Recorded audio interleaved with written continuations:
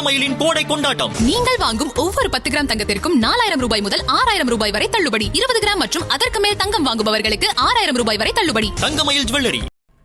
கிராமப்புறங்கள் மற்றும் தொலைதூர பகுதிகளில் தடையற்ற தொலைத்தொடர்பு சேவையை உறுதி செய்யும் நோக்கில் செயற்கைக்கோள்களில் இருந்து நேரடியாக மொபைல் போன்களுக்கு இணைப்பு வசதியை அனுமதிப்பதற்கான சாத்தியக்கூறுகளை தொலைத்தொடர்பு ஒழுங்குமுறை ஆணையமான ட்ராய் ஆராய்ந்து வருகிறது.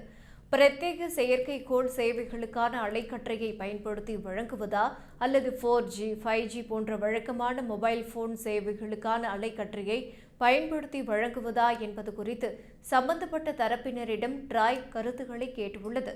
இந்த நேரடி சேவை அமலுக்கு வந்தால் செயற்கைக்கோள் தொடர்பு சேவைகள் சாதாரண மொபைல் போன் சேவை வழங்குபவர்களுக்கு இணையான வளர்ச்சியை பெறும் என எதிர்பார்க்கப்படுகிறது. இந்தியாவில் இன்றும் சில கிராமப்புற மற்றும் தொலைதூர பகுதிகள் உரிய சேவையின்றி இருப்பதை சுட்டிக்காட்டியுள்ள ட்ராய், மேலே குறிப்பிடப்பட்டுள்ள 2 அலைக்கற்றை முறைகளும் தடையற்ற இணைப்பை வழங்குவதற்கு பெரிதும் உதவும் என தெரிவித்துள்ளது.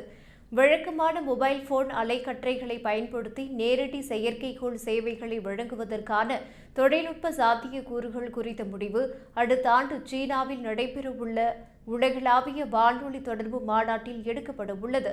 இருந்தாலும் பல நாடுகள் ஏற்கனவே இந்த சேவைக்கு அனுமதி அளித்துள்ளதால் இந்தியாவிலும் தாமதம் இல்லாமல் இந்த சேவையை அனுமதிக்க வேண்டும் என்ற கோரிக்கை இருந்து வருவதாக ட்ராய் தனது ஆவணத்தில் குறிப்பிட்டுள்ளது. இதுகுறித்து வரும் மே 6ஆம் தேதிக்குள் கருத்துக்களை தெரிவிக்கலாம் என ட்ராய் கூறியுள்ளது.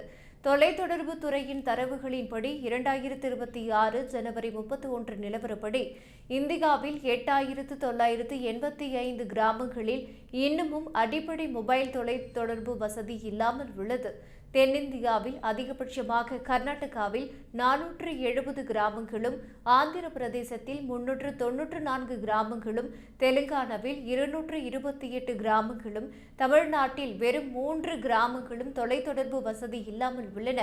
அதேபோல ஒடிசாவில் 1237 கிராமங்களும், அருணாச்சல பிரதேசத்தில் 1185 கிராமங்களும், மத்திய பிரதேசத்தில் 960 கிராமங்களும், மகாராஷ்டிராவில் 872 கிராமங்களும் தொலைத்தொடர்பு வசதி இல்லாமல் உள்ளன.